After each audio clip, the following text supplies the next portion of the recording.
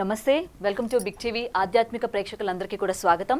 ముందుగా జూలై మాసంలోని ద్వాదశ రాశుల వారికి ఎలా ఉండబోతుంది, మంచి చెడుల గురించి ఎటువంటి పరిహారాలు చేసుకుంటే మంచిది, ఇప్పుడు ఇదే అంశం మీద మాట్లాడదాం. మనతో పాటు ప్రముఖ జ్యోతిషులు బ్రహ్మశ్రీ నందిభట్ల శ్రీహరి శర్మ గారు ఉన్నారు. ఆయనతో మాట్లాడదాం.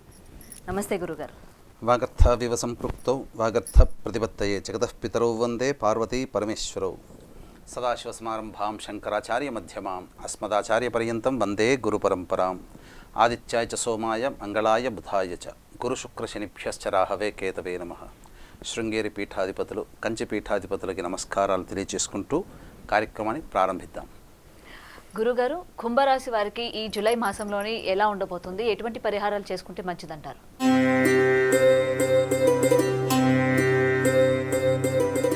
కుంభరాశి వారికి ఈ జూలై మాసంలో ఏ విధంగా ఉండబోతుందో తెలుసుకునే ముందు గ్రహాల యొక్క సంచార ప్రభావాన్ని తెలుసుకుందాం. రాశిలోనే శని వక్రీకరించి స్థితి పొంది ఉండడం, ద్వితీయ స్థానంలో రాహువు, అష్టమ స్థానంలో కేతువు, ఇక 12వ తారీఖు వరకు కుజుడు తృతీయ స్థానంలో, చతుర్థ స్థానంలో 12వ తారీఖు నుంచి గురువుతో కలిసి స్థితి పొంది ఉండడం, ఇక షష్టమ స్థానమందు శుక్రుడు 6వ తారీఖు నుంచి, రవి 16వ తారీఖు నుంచి, బుధుడు 19వ తారీఖు నుంచి షష్టమ స్థాన స్థితి పొందడం. వెరసి చూసుకున్నట్లయితే జన్మలోనే శని యొక్క ప్రభావం, అనగా జన్మ శని అంటారు. ఈ శని ప్రభావం వక్రీకరించినటువంటి స్థితి కారణం చేత ఇప్పటి వరకు మీరు అనగా ఈ సంవత్సరంలో జనవరి నుంచి మొదలు పెట్టాలనుకున్నటువంటి ఏ పనులు ఉంటాయో ఆ పనులలో కదలిక ఏర్పడుతుంది. ఆ పనులలో ఈ జూలై మాసంలో కుంభరాశిలో జన్మించినటువంటి వారు మొదలు పెడతారని చెప్పవచ్చు.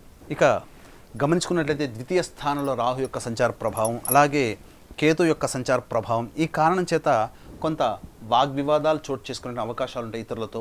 అయితే ఈ యొక్క కేతు యొక్క స్థితి ప్రభావం వలన ఊహించినటువంటి మార్పులు మీ యొక్క జీవితంలో ఈ జూలై మాసంలో జరుగుతాయని చెప్పవచ్చు. ముఖ్యంగా ఆరోగ్యం పట్ల శ్రద్ధ వహించాల్సినటువంటి పరిస్థితి ఎదురవుతుంది.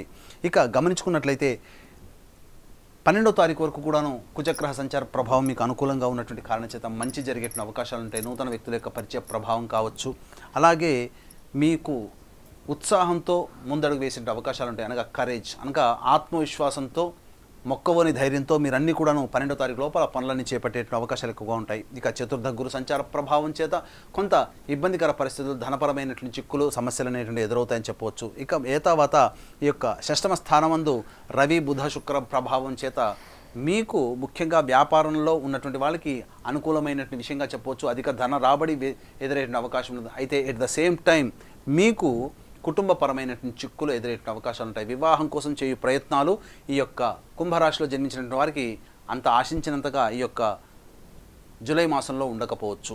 అలాగే దాంపత్య విభేదాలు కలిగేటువంటి అవకాశాలు కాబట్టి జీవిత భాగస్వామితో ఈ కుంభరాశిలో జన్మించినటువంటి స్త్రీ పురుషులు ఎవరైనా కానీ జాగ్రత్తగా వాక్కుని ఎంత మితంగా వాడుకుంటే అంత మంచిది. అలాగే ఈగో ప్రాబ్లమ్స్కి కనుక పోయినట్లయితే ఈగో ప్రాబ్లమ్స్ వస్తాయి. కాబట్టి మీ ఈగోని తగ్గించుకొని మీ జీవిత భాగస్వామితో కావచ్చు, లేకపోతే మీ యొక్క వ్యాపార భాగస్వామితో కావచ్చు, లేకపోతే మీ తోటి ఉద్యోగస్తులు కానీ తోటి వ్యాపారస్తులతో మీరు కనుక మెలిగినట్లయితే తప్పకుండా ఈ యొక్క కుంభరాశి వారికి సంబంధించినటువంటి వచ్చే సమస్యలన్నీ కూడాను పరిష్కారం అవుతాయని చెప్పవచ్చు. అలాగే ఏ విధమైనప్పటికీ కూడాను వ్యాపార రంగంలో ఉన్నటువంటి వారికి కొన్ని మార్పులు చేర్పులు ఈ యొక్క జూలై మాసంలో జరుగుతాయి. చేతి వృత్తులు, కుల వృత్తుల వారికి శుభాశుభ మిశ్రమంగా ఈ యొక్క కుంభరాశి వారికి ఉంటుందని చెప్పవచ్చు. ఇక మొత్తంగా గమనించుకున్నట్లయితే గమనించుకున్నట్లయితే ఏ రోజుల్లో ఆనందంగా గడిపేటువంటి అవకాశాలు ఈ యొక్క కుంభరాశిలో జన్మించిన వారికి ఉంటుంది. ఏ రోజుల్లో ఇబ్బందికర పరిస్థితులు, ప్రశాంతత లోపించి ఇబ్బందికర పరిస్థితులు ఉంటాయో మనం తెలుసుకుందాం. ముఖ్యంగా గమనించుకున్నట్లయితే మీరు ఈ నెలల్లో చేపట్టినటువంటి పనులకు సంబంధించినటువంటి సత్ఫలితం కావచ్చు, లేకపోతే ఈ పనులకు సంబంధించినటువంటి ఆశాజనకమైనటువంటి ఫలితం వల్ల ప్రశాంతంగా ఆనందంగా గడిపే అవకాశం ఈ నెల 24, 25 తారీఖులో ఉంటుంది. అలాగే ఇతరుల సహాయ సహకారాలతో ఈ నెల 1, 2, 28, 29 తారీఖులో మీ యొక్క పనులని చక్కబెట్టుకుంటారు. ఇతరుల సహాయ సహకారం వల్ల డబ్బులు మీకు చేకూరేటువంటి అవకాశాలు ఎక్కువగా ఉంటాయని చెప్పవచ్చు. గమనించుకున్నట్లయితే 7, 8, 9, 10, 11 తారీఖుల్లో అధిక ధన రాబడి అయ్యే అవకాశం ఉంది. సకాలానికి మీరు ఏ ప్రాబ్లంతోనైతే మీరు ఫేస్ చేస్తుంటారో ఆ ప్రాబ్లానికి సంబంధించిన పరిష్కారంగా మీకు ధన సహాయం అందుతుంది. ముఖ్యంగా వ్యాపారస్తులు కావచ్చు, చేతి వృత్తులు, కుల వృత్తుల్లో ఉన్నటువంటి వారికి, అలాగే చిరుద్యోగులకి, చిరు వ్యాపారస్తులకి ఈ 7, 8, 9, 10, 11 తారీఖుల్లో మీరు ఊహించిన దానికంటే ఎక్కువగా ధన రాబడి వచ్చే అవకాశం ఉంటుంది. ఇక 17, 18 తారీఖుల్లో ఉద్యోగస్తులకు సంబంధించి చేయు ప్రయత్నాల్లో కొలిక్కి వస్తాయి. ఉద్యోగ అభివృద్ధి అనగా ప్రమోషన్స్ కావచ్చు, ఉద్యోగ బదిలీలకు సంబంధించి కావచ్చు, నిరుద్యోగులైతే ఉద్యోగానికి సంబంధించినటువంటి ఇన్ఫర్మేషన్ ఇలా 17-18 తారీఖుల్లో ఏర్పడబోతుందని చెప్పవచ్చు. ఇక 19, 20, 21 తారీఖుల్లో గమనించుకున్నట్లయితే ప్రధానంగా ఈ అనుకున్నటువంటి చేపట్టినటువంటి పనులకన్నిటికీ కూడాను సంపూర్ణమైనటువంటి సంతోషాన్ని పొందేటువంటి అవకాశం, డబ్బులు అధికంగా వచ్చేటువంటి అవకాశం 19, 20, 21 తారీఖుల్లో ఉంటుందని చెప్పవచ్చు. ఇక ఇప్పటి వరకు మంచి జరిగేటువంటి రోజుల గురించి చెప్పుకున్నాం. మానసికమైనటువంటి ప్రశాంతత లోపించడం, అలాగే కుటుంబ వ్యవస్థలో ఉన్నటువంటి వారికి కావచ్చు, లేకపోతే ధన రాబడి సంబంధించిన వ్యవస్థలో ఉన్నటువంటి వాళ్ళు కావచ్చు, లేకపోతే మానసికమైన ప్రశాంతత ఎప్పుడు లోపిస్తుందనే విషయాన్ని గమనించుకున్నట్లయితే 26, 27 తారీఖుల్లో కుటుంబ సభ్యులతో వాగ్వివాదాలు చోటు చేసుకునే అవకాశం, తద్వారా కుటుంబ సభ్యుల ప్రభావం వలన ధనం అధికంగా అయ్యేటువంటి అవకాశం ఎక్కువగా ఉంటుందని చెప్పొచ్చు. ఈ నెల 3, 4, 28, 29 తారీఖుల్లో వాహన మరమ్మతులు కావచ్చు, లేకపోతే గృహోపకరణాలకు సంబంధించి కావచ్చు, ధన వ్యయం అయ్యేటువంటి అవకాశాలు ఎక్కువగా ఉన్నాయని చెప్పొచ్చు. ఇక 5, 6 తారీఖుల్లో మానసికమైనటువంటి ప్రశాంతత లోపించడం, ఏ పని యందు కూడాను శ్రద్ధ పెట్టలేకపోవడం, ఏ పని కూడాను సజావుగా పూర్తి చేసుకోలేకపోవడం, వృధా కాలయాపనతోనే ఈ యొక్క 5, 6 తారీఖుల్లో మీ విలువైన సమయం అంతా కూడాను ఖర్చు అయిపోతుందని చెప్పవచ్చు. ఇక 13, 12, 13, 14, 15, 16 తారీఖుల్లో ధన వ్యయం, 12, 13 తారీఖుల్లో, అలాగే 22, 23 తారీఖుల్లో ప్రధానంగా అధిక ధన వ్యయం అయ్యే అవకాశం ఉంది. కాబట్టి ఈ 12, 13, 22, 23 తారీఖుల్లో ఏదైనా మీరు కొనుగోలు చేసుకోవాలి, లేదా ఏదైనా ఖర్చు పెట్టాలనేటువంటిది ఏదైతే ఉంటుందో అది వాయిదా వేసుకోవడం ద్వారా ఆ రోజున జరిగేటువంటి అధిక ధన వ్యయం ఎలాగో 12, 13 తారీఖుల్లో, 22, 23 తారీఖుల్లో ఊహించనిటువంటి ఖర్చులు ఉంటాయి. కానీ మీరు ప్లానింగ్ చేసుకొని ఆ రోజుకి మీరు ఏదైనా ఖర్చు పెట్టాలనుకుంటే ఆ ప్లానింగ్ని మీరు వాయిదా వేసుకోవడమే లేదా పోస్ట్పోన్ చేసుకోవడమే చాలా మంచిదనే విషయాన్ని గమనించుకోవాలి. ఇక 14, 15, 16 తారీఖుల్లో సంతానంతో విభేదాలు ఏర్పడే అవకాశం ఉంది. కాబట్టి సంతానంతో వాగ్వివాదాలు పెట్టుకోకపోవడం, లేదా సంతానపరమైనటువంటి చిక్కులు కానీ, సంతానపరమైనటువంటి ఖర్చులు కానీ ఈ యొక్క 14, 15, 16 తారీఖుల్లో ఉండే అవకాశం ఉంది. కాబట్టి జాగ్రత్తలు పాటించండి. ఏ తర్వాత 26, 27, 12, 13, 22, 23 తారీఖుల్లో ధన వ్యయం అధికంగా ఉండే అవకాశం ఉంది. కాబట్టి దానికి తగ్గట్టుగా మీరు ముందుగా ప్రిపేర్ అయ్యి ఉంటే మీరు మానసికమైనటువంటి ప్రశాంతతని, ఖర్చు పరంగా ఇబ్బంది పడకుండా ఉంటారని చెప్పడంలో ఏమాత్రం సందేహం లేదు. కాబట్టి ఈ యొక్క వీడియోని 1, 2, 3 సార్లు వీక్షించేటువంటి బిగ్ టీవీ ఆధ్యాత్మిక ప్రేక్షకులు గమనించుకొని ఆ డేట్స్ని దృష్టిలో పెట్టుకొని మీరు కనుక ప్రయాణం చేస్తే చాలా వరకు మంచి జరుగుతుందని చెప్పవచ్చు. ఇక గమనించుకున్నట్లయితే ఎంతటి వ్యక్తికైనప్పటికీ కూడాను దైవానుగ్రహం తోడైతే అన్ని రకాల సమస్యల్ని పరిష్కరించుకోగలుగుతారు.